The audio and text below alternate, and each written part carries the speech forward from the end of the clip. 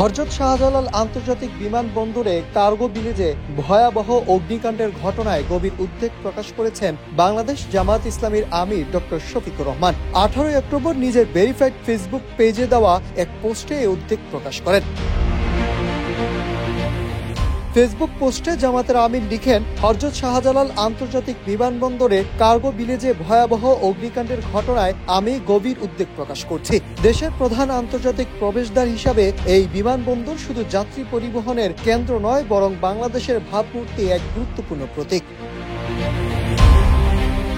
তিনি আরো লিখেন, গত এক সপ্তাহের মধ্যে দেশের দুই স্থানে রাজধানীর মিরপুরে এবং চট্টগ্রামের ইপিজেড এলাকায় ভয়াবহ অগ্নিকাণ্ডের পর আজ বিমানবন্দরের কার্গো ভিলেজে অগ্নিকাণ্ডের ঘটনা কি আকস্মিক দুর্ঘটনা নাকি নাশকতা, এ ব্যাপারে আমরা সকলে নির্বিকার। বিমানবন্দরের মতো একটি কৌশলগত স্থাপনায় অগ্নিকাণ্ডের ঘটনা নিঃসন্দেহে প্রশাসনিক অব্যবস্থাপনা, অবহেলা ও নিরাপত্তার ঘাটতি স্পষ্ট প্রমাণ রয়েছে।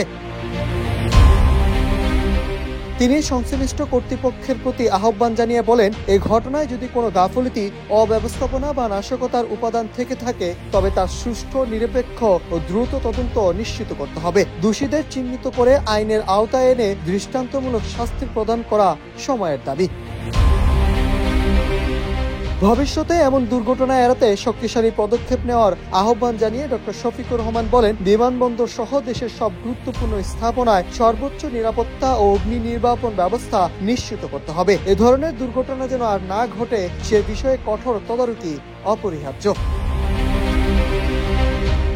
এছাড়াও তিনি বলেন, ক্ষতিগ্রস্ত ব্যবসায়ী ও সাধারণ মানুষের প্রতি গভীর সহমর্মিতা প্রকাশ করেন এবং আমদানিকারক সহ ক্ষতিগ্রস্ত ব্যবসায়ীদের প্রতি আন্তরিক সমবেদনা জানান। একই সঙ্গে অগ্নি নির্বাপনে নিয়োজিত ফায়ার সার্ভিস, সশস্ত্র বাহিনী ও অন্যান্য বাহিনী সদস্যদের প্রতি বিশেষ কৃতজ্ঞতা প্রকাশ করেন। মহান আল্লাহ তাআলা আমাদের প্রিয় দেশকে সকল দুর্ঘটনা, বিপর্যয় ও অনাকাঙ্ক্ষিত ঘটনা থেকে হেফাজত করুন, আমিন।